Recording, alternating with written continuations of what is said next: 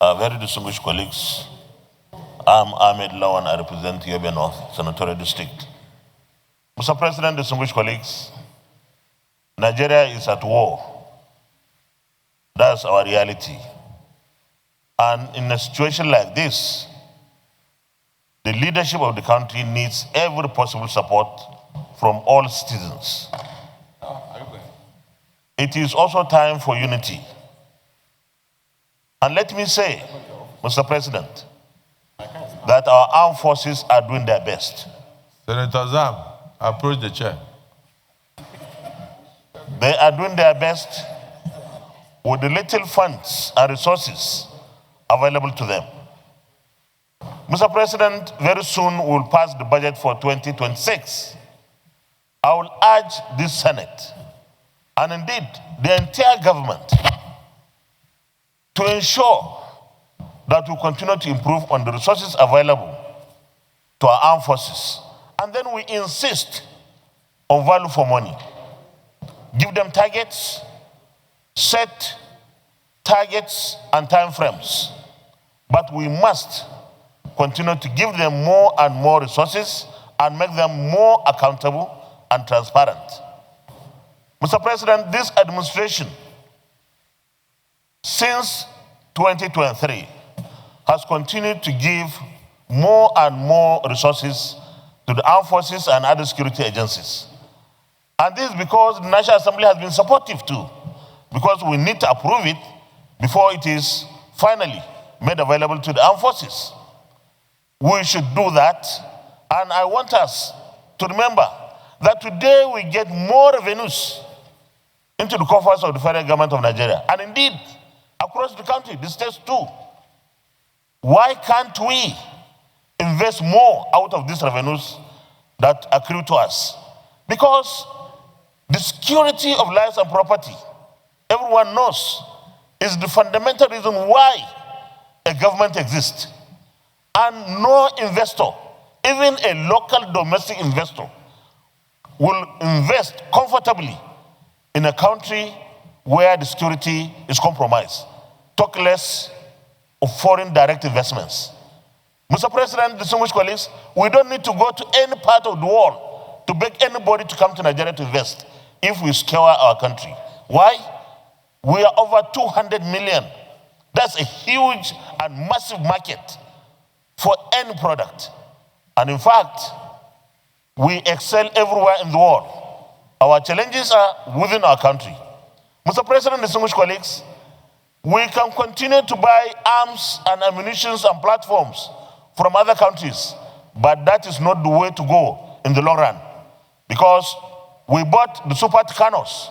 What happened? So the sensors that we needed on those Super Tucanos were not made available. We have therefore every reason to devote so much resources and make the right policies and legislations for DICON, the Defense Industries Corporation of Nigeria, based in Kaduna, to function. The president, when he came into office, the DICON Act was one of the first acts he signed. And today, we have some companies that have to do with defense industries trying to come into Nigeria. We have to encourage them. We have to provide the enabling environment through legislation and right policies for them to stay and produce those kind of arms and ammunition and platforms that we require in our country. They'll be cheaper, they'll be more available. Sometimes when we even pay for the purchase in other countries, what will come to us in 1 month could be there for 3 months, or 3 years rather. Why? Politics. Mr. President, so far, the situation in the last 1 month in Nigeria is tense, is tough, and requires full support, complete and total support for the leadership of this country to lead and fight and win against the insurgency and banditry in the country. But one of our colleagues said, this is not to be left to government alone or to our armed forces alone. Citizens have roles to play, but we need to give the citizens the courage to reveal information and protect such citizens who volunteer information. Thank you very much for the privilege to speak. Niger. Cross River is not safe. No part of this country is spared. So this represents the measles that I said earlier. Let me also commend the gallantry of our security forces, some of whom have paid the supreme price fighting that this country shall have peace. It's not easy when we lose our loved ones.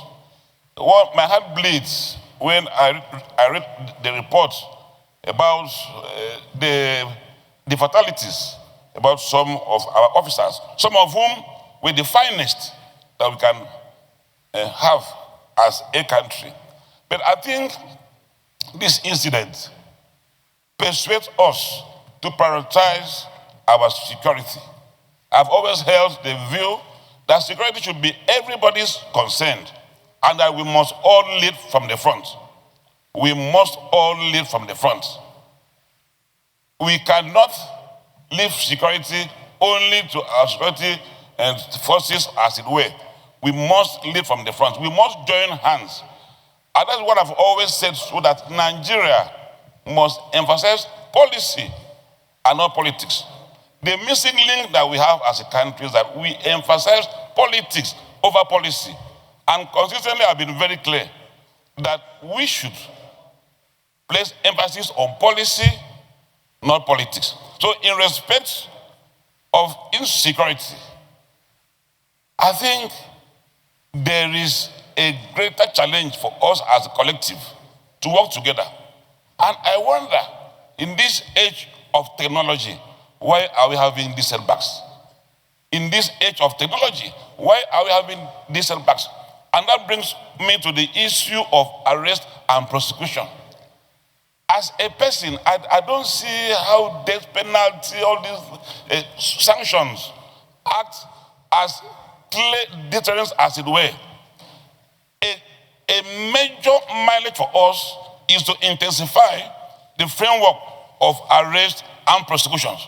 If the bandits are arrested, if their sponsors are exposed, if they face prosecution and punishment, I believe that we have scored huge successes in this fight. So I want to emphasize the deployment of technology, and we intensify the framework for arrest and prosecution. On behalf of Akwa Ibom South that I represent, we share in the concerns of Nigerians.